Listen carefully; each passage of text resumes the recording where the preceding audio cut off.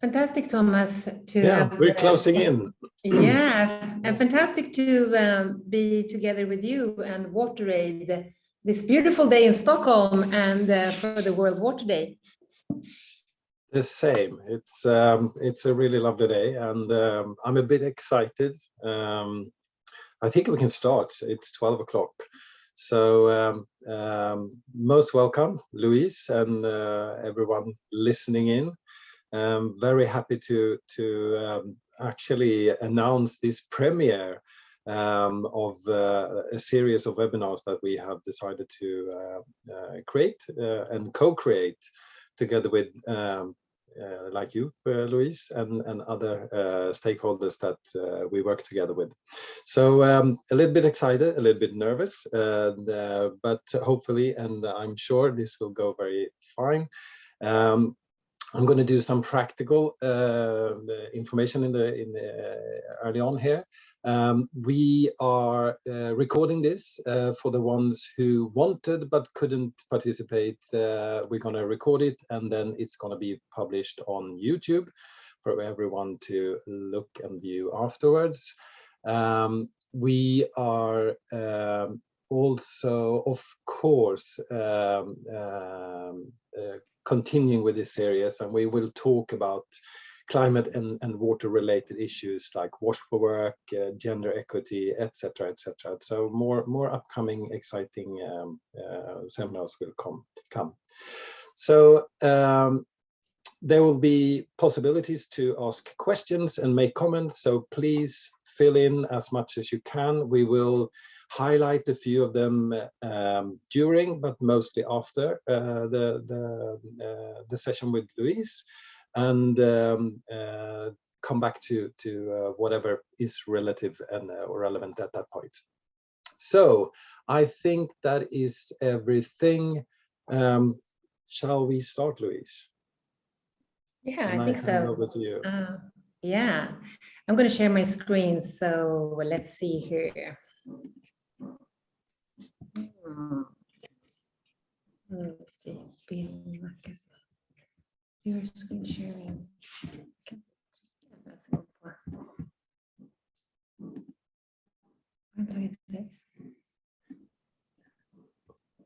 Where's the keynote? There we go. Now you can see my screen, right? Yeah, absolutely. Perfect. So thank you for having me as a lunch seminar speaker here. So this is roughly the agenda. And Thomas, you've already introduced a little bit. And if you want to share knowledge, insights about the World Water Day, please use these hashtags. Take a picture of this slide, and I think that would make World Water Day happy, and also WaterAid. So please use these hashtags. And then I think it's hard to start today. We discussed this initially when we were planning for the seminar without saying a few words about the current global situation. So I'm just going to hand over to you here, Thomas. I mean, I think everyone understands. We're all devastated by the fact and that Ukraine has been invaded by Russia, and all the horrible and horrific experiences that the people there suffering and are in the midst of as is.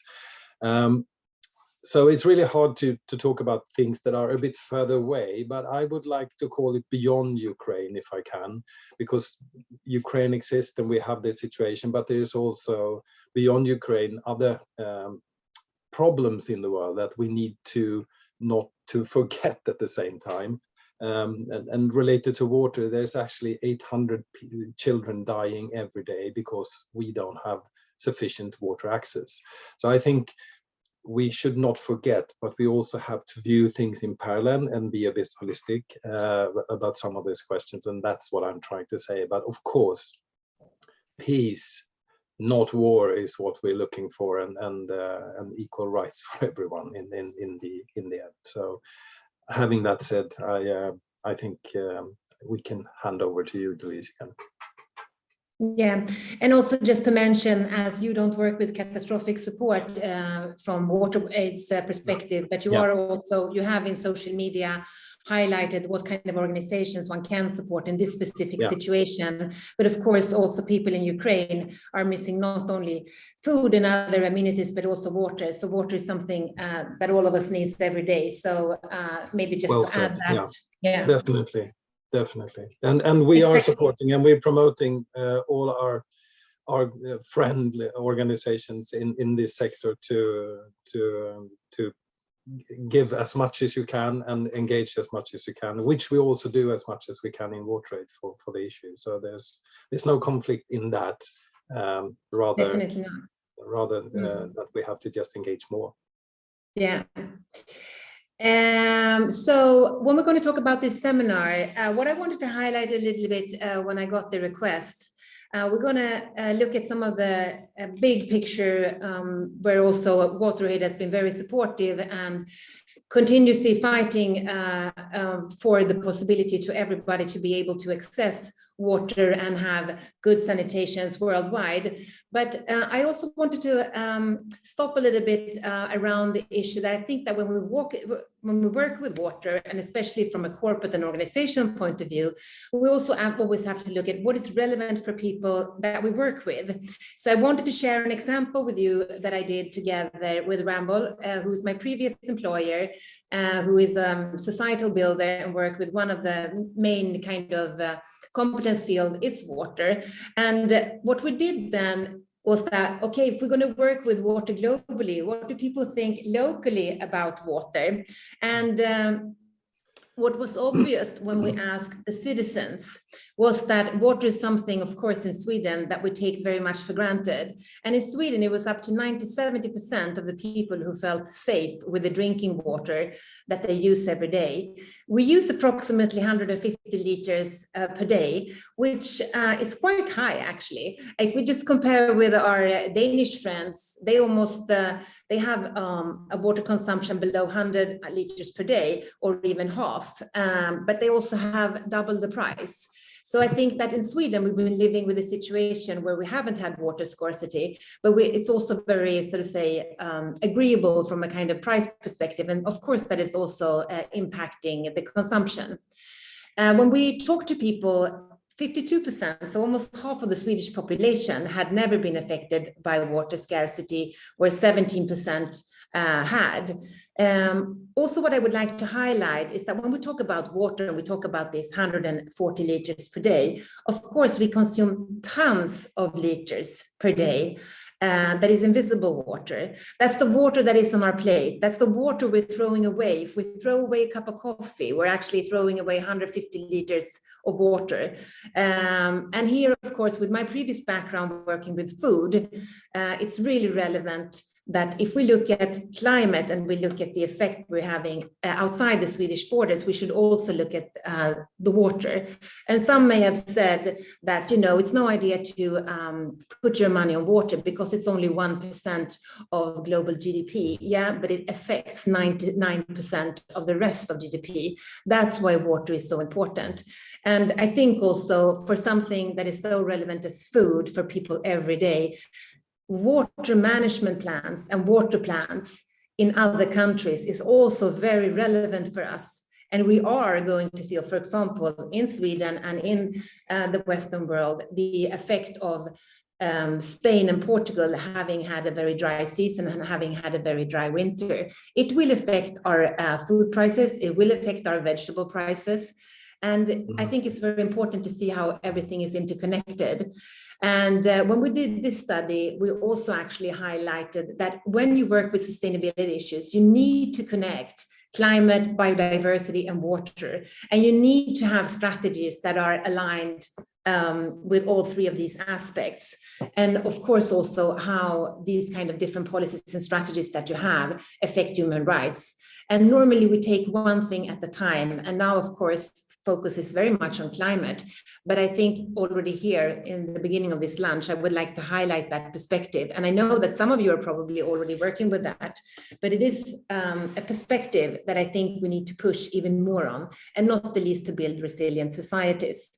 This report that we did together with 1,000 other Swedish people, normal people, respondents, together with Novus, is also a report that you can download from Rambo's homepage. When we talk about climate adaptation and water stress, we are more and more seeing also in countries like Sweden and Scandinavia that climate and water are starting to become a challenge. In our research, every third person did not think that their local authority did enough in terms of climate adaptation.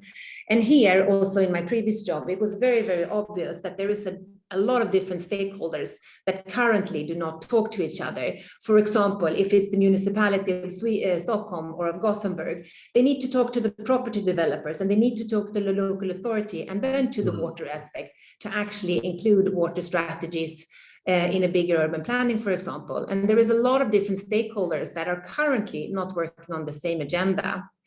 In Sweden, where we could see that people were actually involved in these kind of issues and worried about climate adaptation and water stress was, of course, Scania, where we have the majority of our agricultural land, Gothenburg, Gotland, and Öland. And why I'm highlighting the Swedish perspective is that I think it's very important for everybody here that is on the call. Even though I think you should have a great partnership with WaterAid and work globally with the issues, I also think they always need to be locally connected, and not the least. Because I think that especially with water, we're discussing more and more out of a local context versus a global context, as we do with climate, because everything is content dependent. And I think also that this makes it easier for people to understand what we're talking about and what is the problem. I also wanted to highlight there is a lot of opportunity in this. There is a lot of digital technology that is creating solutions for us to monitor water, to find solutions, to reduce and enhance reduce the outtake and enhance the efficiency. So I also see a lot of potential.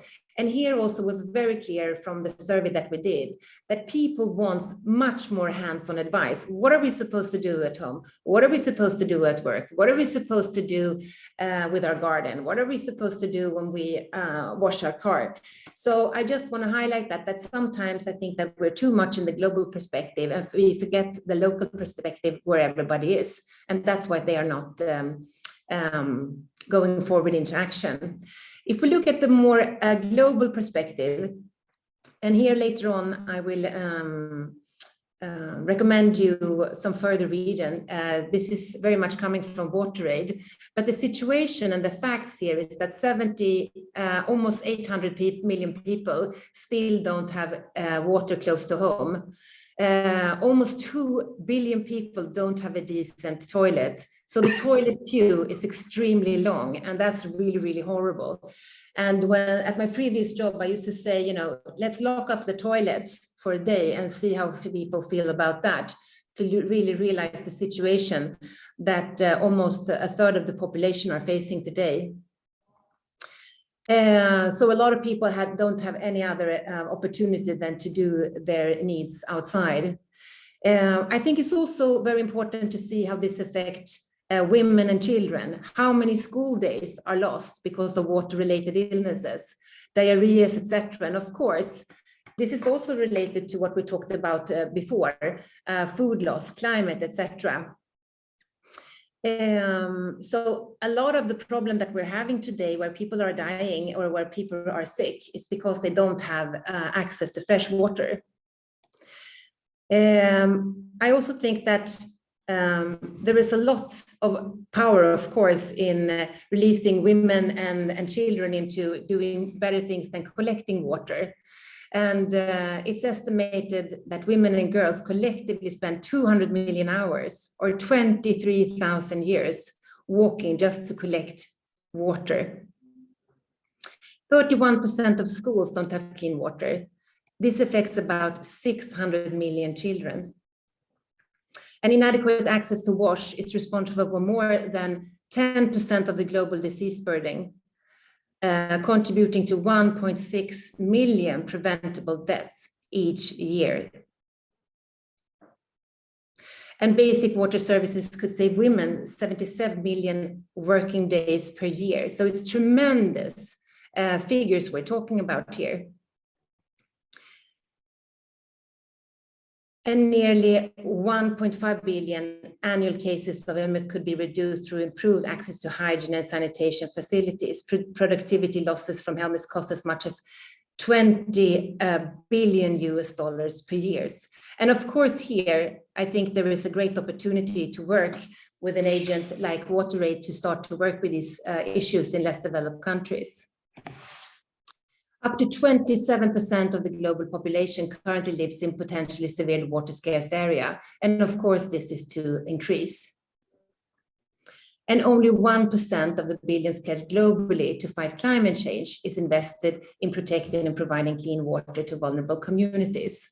And I think again here, when we look at what is happening now with the financial community introducing, amongst other things, the taxonomy. Right now, the taxonomy has focused on climate adaptation, but there are 6 areas that are going to be relevant for the finance industry and for people to be able to fund their initiative in investments. And of course, water is one of these 6 areas that is highlighted, and so is biodiversity. And I think that nobody has a clear answer for how this is going to develop, but what is clear is that there is a lot of financial institutions and banks who are developing their knowledge awareness around how to estimate and how to collect data on how one can work better with the water management and incorporate it together with how we work with other frameworks connected to climate and biodiversity. So with that being said, I think these are big numbers, but I think we need to combine the local numbers or the Swedish number with the global numbers, and then have a look at how will this affect our organization, our business in a long-term perspective. What are the risks and what are the business opportunities? And I think there is a lot of business opportunities, and there is a lot of new technology that can actually be developed if we join efforts on these aspects. I think that you are the one managing the chat, right, Thomas? Yeah, you're on mute now. And then maybe, good. So I would be happy if you share your reflections about the global and the local context in the chat. And then when we come to frameworks, and here, of course, also I'm going to highlight a little bit where I am right now at the new division who created the global goals. So I think also that when I look at initiatives around the world, I think that the global framework that we have today, the global goals of the 17 areas for sustainable development, is underused. And I really think that one should go into the 169 sub-goals and see how one can use them and use that framework and basically ask oneself, as an organization, to what extent are we working with goal 6, for example? How have we worked with the different sub-goals, and how are we setting targets and KPIs in relation to that? I think this picture is a picture that many of you have seen before, and it's basically just highlighting that the fundament for our whole kind of survival is that we focus on benefiting the biosphere in the long perspective. That's not really where we are today, but I think it's a great picture to see that this is the fundament for how we can build a good society, a society for all, and a good economy. And in the middle is, of course, the partnership and the functional institutions as a framework for this to be for this to happen. If we look at the goal 6, I would really urge everybody to go in to this work that has been done, because here we have from 6.1 to 6.6 and A and B here. Very clear areas, and there is a lot of organizations, WaterAid, WWF, and other NGOs who are working with this framework in order to set up goals, ambitions, give directions, and also KPIs. And the first one here is, of course, to support with safe and affordable drinking water, and then provide access to sanitation and hygiene, improve water quality and wastewater treatment, etc. So I think if you as a company or organization would go into this and see to what extent do you support this, and to what extent do you support this for your indirect water usage and your direct water usage, and how can you work with your suppliers, especially if you're working with suppliers or having a supply chain in another country. And then I think I saw that a lot of you are from companies. I think there is always a discussion about to what extent should we take responsibility. And from my perspective, I think that even though I know that there is a lot of people working with this in a good way, I think one always underestimate how to talk to your supply chain and how to involve your supply chain and how to invest in your supply chain. So even if you don't, as I've been working before selling food, having all the connection to the agriculture, you need to go out and talk to your suppliers. You need to be out in the field and actually see what are their challenges, what are their challenges with water, and how can we solve it together? Because in the end, it will affect the supply. In the end, it will affect the price. And I think that during the coming 10 years, we need to work much more actively in this aspect. And I think that the work we're doing on climate and how many are working with the Science-Based Target Initiative, we are approaching that. But I think we need to speed up even more. And I think also that working with water is going to be much more tricky because it's a very local issue. So you may have a global strategy that you then have to modify per country, per region, per city. And I know that there is a lot of organizations that are already working with this and they're scratching their hair. And I would really recommend them to just start. And I think this framework is a great start. So the question is, do you see water scarcity and water challenges as a risk or an opportunity? So here, we would actually like to start a poll. And Melissa, you're going to support us here. We have fantastic. We have 2 questions here that we would like to involve you a little bit more in. So when it comes to water strategy and goals, we would like to know, does your company or organization have a specific water strategy in place? Yes or no? Maybe you don't know, or we're working on it. And what challenges are you facing in setting your water goals? So please go in. Yeah, vote and answer. Yeah, it would be great to hear from you.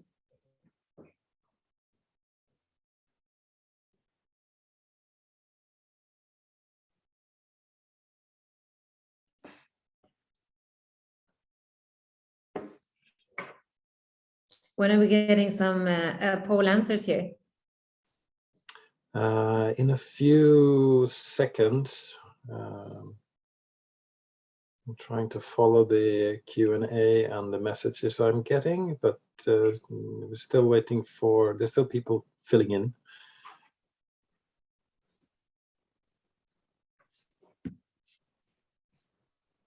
I am asked, or we are asked to give it a minute. Okay, great.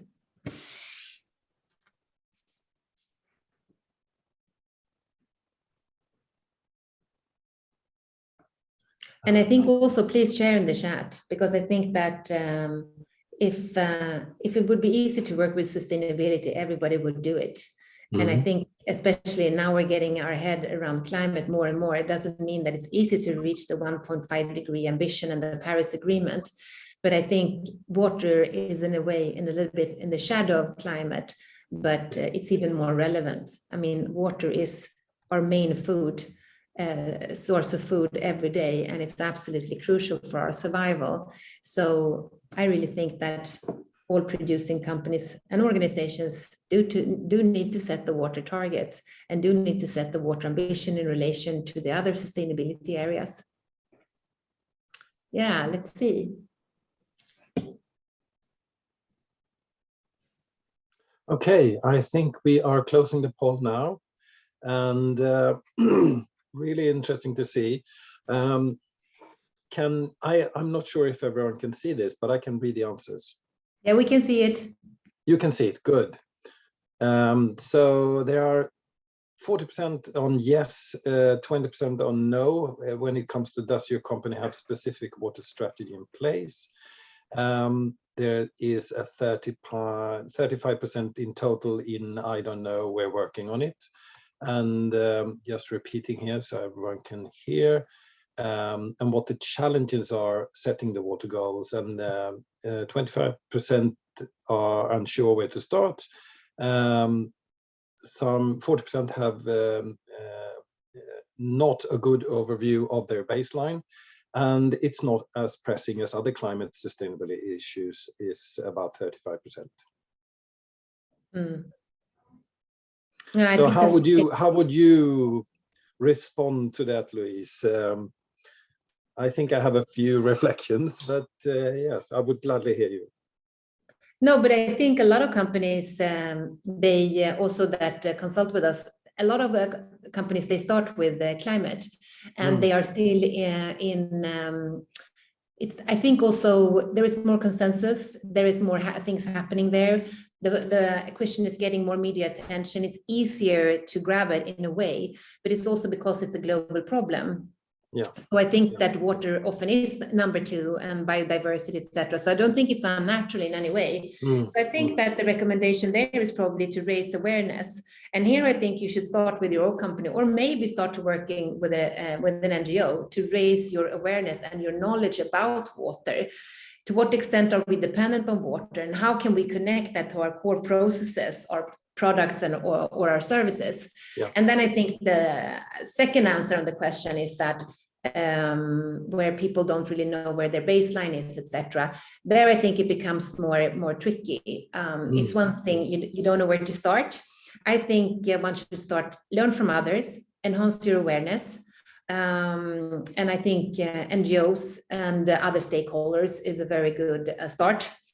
And then it's just to start maybe on a small scale, start with one country, start with one production plant, start with one kind of isolated issue. When I used to work with the food, well, then you maybe start with one part of the assortment. Okay, we start with meat, or we start with dairy, or we start with what is most pressing, the vegetables and fruits from the Mediterranean area, for example.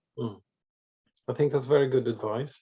I agree. I think it's a bit of the hen and the egg question, because climate affects the water and the biodiversity, and we have so much more measurable sort of KPIs when it comes to global emissions.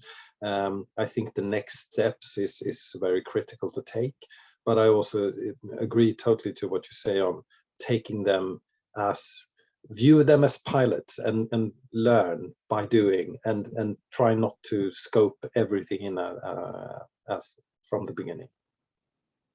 Yeah, and then I think also that maybe one should say that before I continue and show a few examples, is that I think that in corporate life and in organizational life right now, there has never been such an urge to cooperate with each other and sharing. Even though you are competitors, you say, I'm willing to share our knowledge about climate or our strategy. So I think also here, one should look at finding new stakeholders and talk to new stakeholders. Yeah. And when in my previous job, when I used to be sustainability manager at Coop, we had a lot of critical individuals and organizations. So what I did, I always talked to them in person. I didn't leave that to the communication department or to the customer call or experience. I always talked to them in person, and the critics, they are the ones who learned me the most.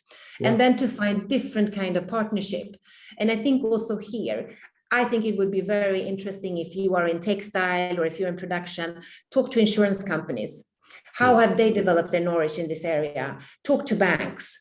I'm right now, when it comes to water, looking a lot about what is happening in the Netherlands, because they're a country that has been affected by water and climate adaptation in a very special way during many years, and also what they are facing, but also how they basically have developed that they can grow crops with almost no water at all. That's what I saw during my time working with agriculture. And then even though you work with textile, it's interesting to learn from other industries. So I think that that is really my call to everybody here, call for action. Find people and organizations who interest you that may not always be, part of your supply chain. And then I think that the learning curve and the sharing can be even steeper. Yeah, and I think also that the financial community, they really need to step up in this issue. So I think that you should just go to your banks and ask them what they say. And I mean, all big organizations and corporates who are on this call, they have big banks. So that would also be very interesting to hear from them. How are you thinking around water? Are we going to get better loans if we have good water management or good water practices? Yeah, they have a big part to play in this. So yes, I agree totally. Yeah. Okay, but thank you so much, everybody, for sharing. Yeah, I was just looking into the chat to see if there's anything. Right now, there's no questions coming in. I have a comment from Max Haluzan, who thinks it's insane how we use drinking water for all water users. In circular economy, we should investigate and implement strategies for using technical water instead of clean drinking water to flush our toilets and wash our clothes. Very good comment, I think, in this as well. Definitely. Thank you, Haluzan. Yeah, it's very odd in a way that we're using drinking water both for our showers and for our toilets, but that's what it is here in Sweden, at least. Okay, if we're going to continue. Yeah, I think you are. Yeah, I think we have a question. What is the critical question to push when it comes to engage a corporate or a business around supply chain? Is the question from a consumer perspective, or is it from you're working internally in an organization and you want to highlight the issue to your management or your board? I get that this is from internally within an organization. Yeah. I think that looking at your sustainability strategy or your sustainability plan and just start to addressing the whole perspective. I think there is a lot of material right now talking about the connectedness around climate, water, and biodiversity, and, for example, how people are affected, human rights. But what I think could be interesting to ask oneself, and I think a lot of people are sitting that with this question, at least in Sweden, after the last 3 weeks of the war in Ukraine, and we're talking, so all of a sudden everybody talks about resilience. So I think it's like that is a very good question for you to work with internally. How resilient are we as a company in terms of these aspects? And I think that also Sweden are starting to ask themselves, how resilient are we in our water management or our water supply, our water need from a national perspective? And I think that question we didn't ask ourselves 10 or 5 years ago, but when it becomes a threat, it gets more attention. And I think resilience in all these aspects, when it comes to climate, biodiversity, and water, is very, very relevant. To start to talk about that, that would be my recommendation. And probably you will not receive so many answers, but then at least you can continue and say, okay, but how should we address that? How should we integrate that? We have a climate ambition. How can we add on to have an ambition around biodiversity and an ambition around water? And I also think that somebody in the chat already mentioned circularity, and that is, of course, the buzzword of the last few years. But circularity is also quite difficult to get your head around.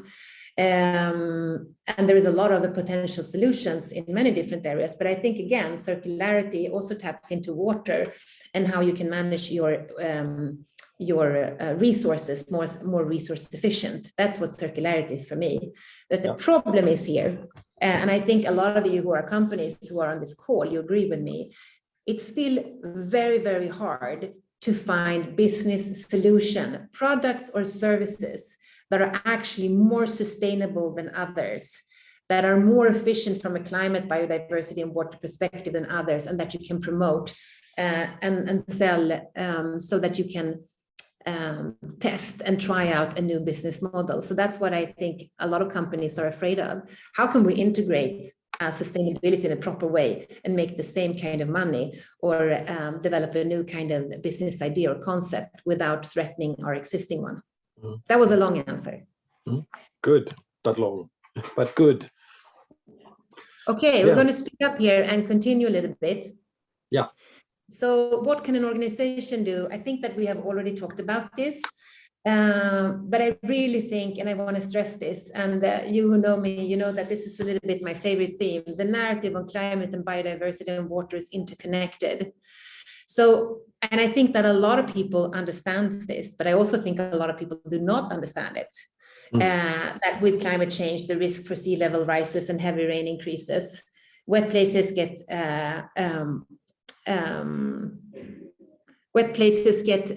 here is a spelling mistake. Wet places get wetter and dry get drier. And of course, this will affect the drinking water, which in return will affect agriculture, forestry, people and animals. So I really think it's important to integrate these kind of strategies and find ways to reduce the impact. I think we should have a focus on 2030. I think that the 2050 goals and 2045 goals that we have for climate is good, but it's so far away for people to actually kind of connect to. So I think we should focus on 2030, and there we have a framework that we just went through. And I think that we should kind of then take that down, chop it into 3 to 5 years sub-target that people can understand and relate to. And I think that will speed it up much faster. What I also think is important here is to connect corporate sustainability to due diligence issues. And also here that sustainability is very much connected to human rights. And I think this is also something that we have a tendency to forget about because it's hard to quantify. How do we connect climate, biodiversity, and water risks to human rights issues and to people? And I think for you who work with this, you are very familiar about this, of course, but companies can play a key role in building sustainable economy and society.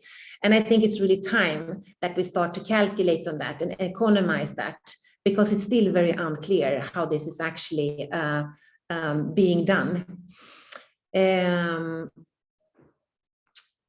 And I think this is a picture that we just created. And, you know, you could have other pictures, but I think that you need to have something visual. Either you work with the global goals or you work with a perspective that you all the time, you have a model internally and you look at your challenges and you look at, and you ask yourself, okay, if we're going to put a new product on the market, how does it affect the climate? How does it affect water? How does it affect biodiversity and human rights?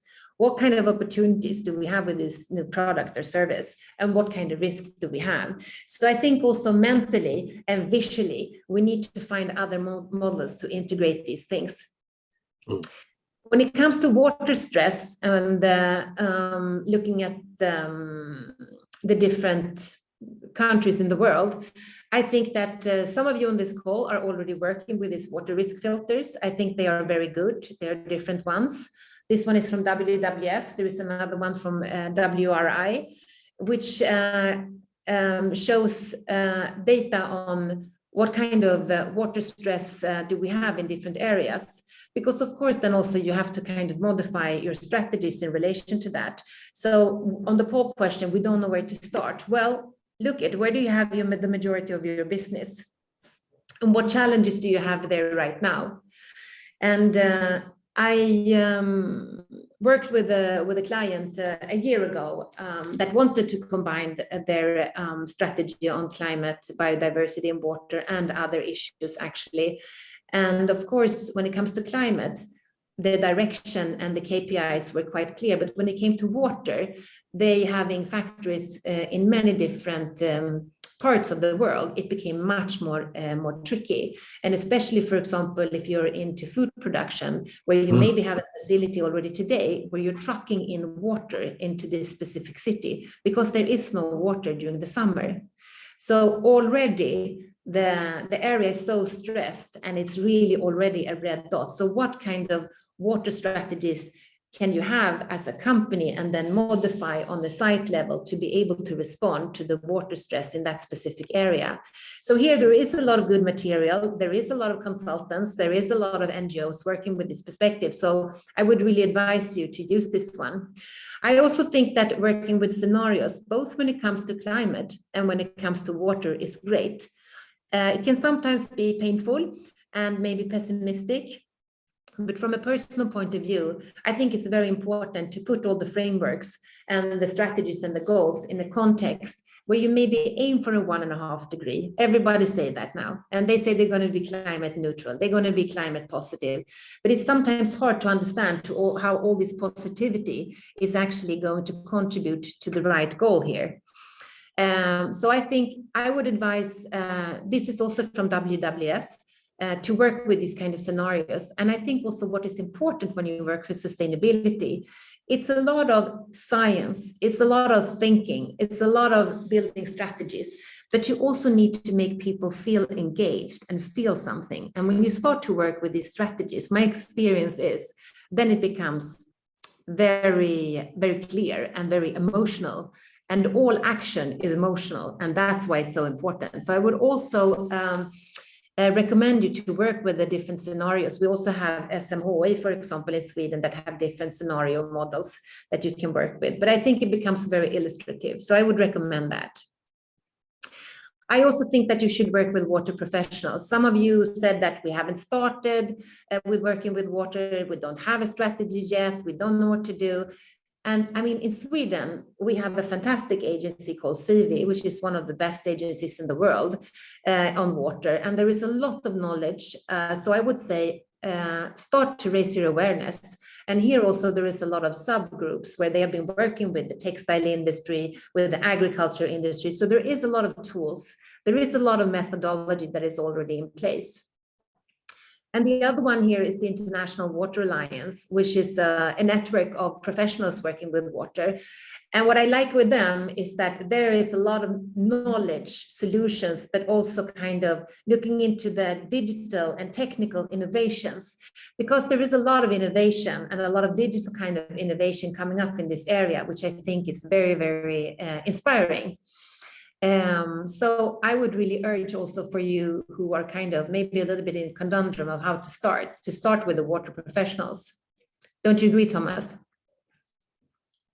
I fully agree. And I think we're so fortunate. I'm so happy you mentioned all these actors, because we work a lot together with them and across within the sector. And I think from a Swedish business perspective, hence that my background, I haven't realized until I came to WaterAid how fortunate we are to have all these skilled and equipped organizations and people, and the competence that is there within. So I gladly promote to contact and talk to us and them, and we align in many ways as well in working together. So yeah, good advice. Yeah, and then just to finish off, I would also like to say what I highlighted before: learn from others. And I would say maybe it sounds a bit harsh, but steal from others. And there is a lot of good corporate examples. This watership strategy is a bit outdated. I think there is a new one coming up soon, but it's from the H&M group, and it's built on how to create water awareness, knowledge of impact, internal action, stakeholder engagement, and influence governance. And I think that there is a lot of these good models and methodologies and practice that have already been kind of tested. So I would learn from the ones that are the best ones. And normally it's the ones that also have a very high impact on the water, of course. That's normally where you find the best water strategies. Here's another corporate example from Nestlé. And they have also worked with this, and they also have a global perspective, which I think is very interesting. And here they also talk a lot about regeneration and working with the water cycle to help create a positive water impact everywhere on our water business operates by 2025. That's quite an amazing challenge, talking about circularity. And I would also like to highlight the Coca-Cola company. And then, of course, you can have a question on,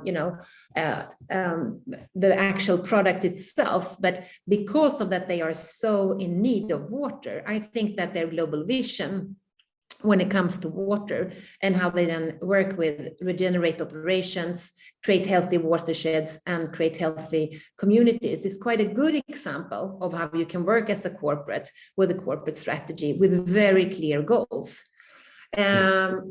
So these are also some that I would really recommend you to have a look at. And there is many, many more. And there is a lot of good also information on CDP, what kind of companies have the best water report, etc. So I think that's a very good place to start. So in summary, I think it's important to raise awareness and work with both the national and the global context to make people engage. Don't lose people only in the global context if you're working nationally, and there's always a national context. Get to know your stakeholders and work with them. Don't just push down demands through the supply chain.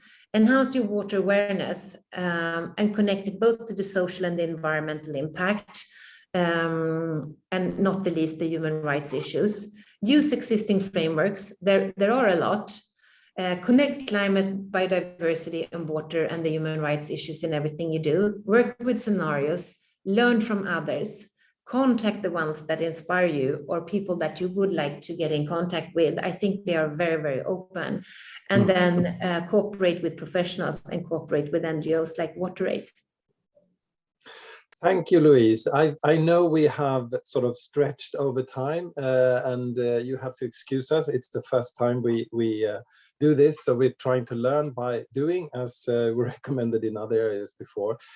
I thank you, Louise. This has been so, yeah, really good. I'm super happy for your insights, your sharings, and the actual recommendations you actually have. That is, I think, for many companies useful and very workable. So yes. I'm wrapping up. I still see that I see that we still have 36 participants. So hopefully this is still interesting. The climate crisis is a water crisis. We can say, and it's worsened by the climate change. Yes, but I also want to throw in some positives in this, because we can see by research that, for example, Africa has enough groundwater to cope with droughts and climate crisis for years. So we just have to work on the actual governance, because today the groundwater is often contaminated, it's poorly managed, and either unused or overused. So as being one of the most important natural resources we have for human life, and to have a prosperous and healthy livelihoods, the groundwater is often taken for granted but not governed properly.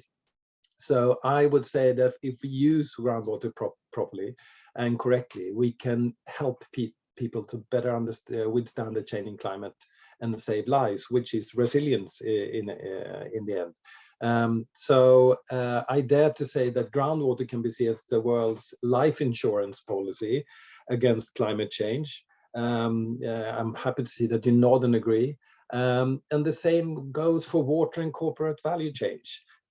The value chains, if you could take your map that you showed before, the world map, and started looking into your products that you deliver, if you draw lines on every component and raw material in that, you will find dots to a majority of the countries in the world, and where the poorest and most exposed people live and are part of the production. So there is a clear connection. Look into your value chains, and please, we can help you. We are in the midst of working with large global textile and apparel companies. We work with the large interior companies. We work with food and beverage companies to help them put in the wash ingredients in their future sustainable and water strategies. So we are happy to guide and advise on how to build capacity, how to work with competence and management, etc., and of course how to set the KPIs in a decent and relevant way. So we're happy to have concrete dialogues on this, and welcome everyone to contact us. But most of all, I would like to say thank you everyone who's been listening in. We will of course send out a little survey about this in a couple of days. It will be on YouTube to watch and rewatch if you want as well. I'm so grateful for you, Louise, being here with us today and being part of this premiere. It's a bit it's a happiness moment, and I'm looking forward to further dialogue with you and with everyone involved in this webinar. Thank you, everyone. Thank you. And here's the poll. Was it useful? And would you like to find out more about us, how we can support you in your business? Yes. So thank you, everyone. Thank you, Louise. Time to withdraw and do some reviews on what we can do even better next time. Take care. Same to you. Thank you so much. Have a great day. Bye. Bye.